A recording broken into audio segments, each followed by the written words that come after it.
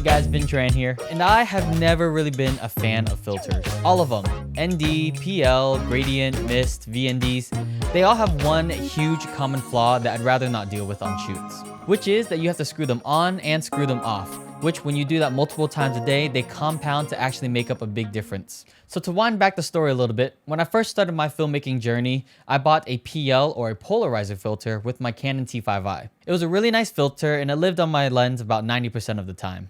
I really liked for my own style the vibrance that it brought to those blues and greens in your image.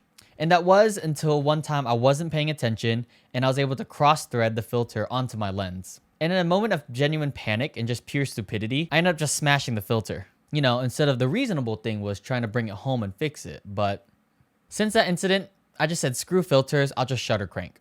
And I did just that for a solid 7 years or so. And in my opinion, the choppiness that you get from cranking your shutter high didn't really bother me. And I'm sure the client really didn't notice either. Then the Canon C70 came into my life, and one of its main selling points was its internal NDs. Now, I was a little intrigued because all I had to do instead of screwing on and off a filter was click a button up and down. And by doing so, I could follow the rules and have a 180-degree shutter angle, thus creating a more true-to-life motion blur. And I have to admit, it was a pleasant experience using internal NDs. It made it so I could keep my ISO and my shutter angle at 800 and 180 respectively, and only having to change the ND filters for big exposure jumps and fine-tuning it with my aperture. However, as you all know, I switched to Sony recently, so for the past few months, I've been back to the shutter cranking team. And that was until the PolarPro Helix Maglock system caught my eye. Most notably was the Short Stash Everyday filter, boasting its PL and Mist combination, but they also have a wide range of filters in that system, which was a good bonus. Now the main attraction of these filters is this: the speed of which I can add and remove these filters. Of course, this is going to be faster than screwing on a filter, but also marginally faster than cranking the shutter. Bro, my brother-in-law's football game, so we are shooting just some fun clips, nothing crazy, on the FX3 7200. And we're going to try out the everyday filter while we're here. So, like I said, the coolest part is snap it on, and I can take it off at any moment.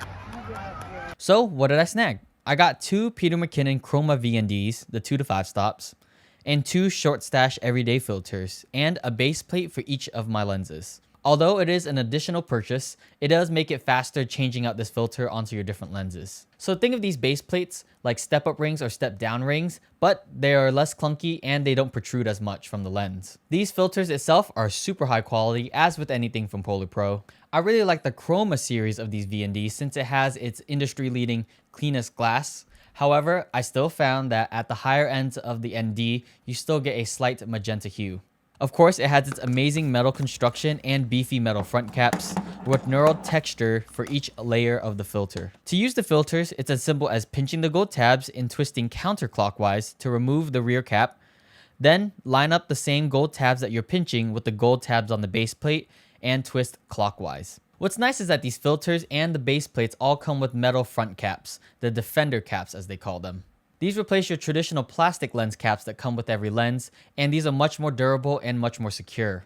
And it still uses its magnets and twisting system like the regular filters. Some may see this as a way for PolarPro to charge extra money, since for every lens you'd want to buy a base plate. But for me, I'm all game for anything in the name of simplicity. For a little bit more organization, I like tossing a small piece of orange gaff tape and labeling the lens focal length on top of that. Alright, let's do some tests.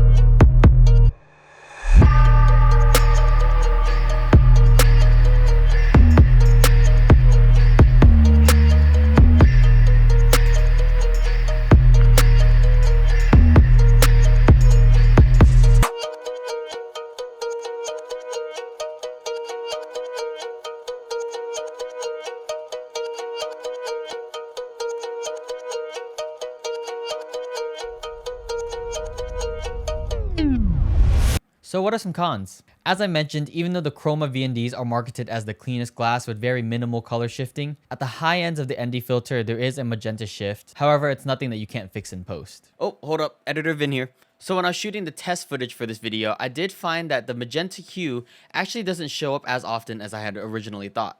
Every time I did use this filter was either in direct sunlight or at golden hour, so it is still there, but only in certain circumstances. Next isn't so much a con, but something I found kind of annoying that you may want to know. So when you're using these filters with your camera on a gimbal, one hand is holding the trigger to lock the gimbal, while the other hand's trying to twist the VND. The VND has haptic feedback, which makes it a little harder to turn compared to the polarizing part. So when you're twisting the filter, you're more likely to be spinning the polarizer and not the VNDs. So what I have to do is I have to set the camera down every time and use one hand to hold the polarizer and the other hand to adjust the VND. Now, with all the time you're saving by putting on the filter, it could be a kind of a toss-up, but something to be aware of as well. Now, this is only a problem with the Chroma VND filter since there's 2 layers of spinning glass, versus something like the everyday filter, there's only the polarizer that can spin. Lastly would be PolarPro's availability issues. I placed my order with these filters and base plates at the end of August, and I didn't receive them till just a few weeks ago. When I talked to the people at PolarPro, they basically said that their supply of these is far lower than the demand of which people are trying to buy them. Which is crazy to me, but they're spending all this money on marketing and send them out to influencers for us to buy. Yet when we try to go buy the product, we still have to wait for months. Now, do I recommend this style, or would I say stick with the traditional screw-on filters? Well, if you don't have to worry about saving time on set, then I'd definitely just stick with the filters you have already. But if you're someone like me who didn't have ND filters and you work in fast-paced environments, I definitely think these filters should be on your purchase list. Even with the cons I mentioned, the time you save compounds throughout the whole shoot. It could be an extra 5 or so minutes at the end of the day. And 5 extra minutes at golden hour is always welcome. But that's all I have for you guys today. As with anything, the links for these products will be in the description below. They are not affiliate market links, so I don't get anything out of it. But as always, I'll catch you guys next time.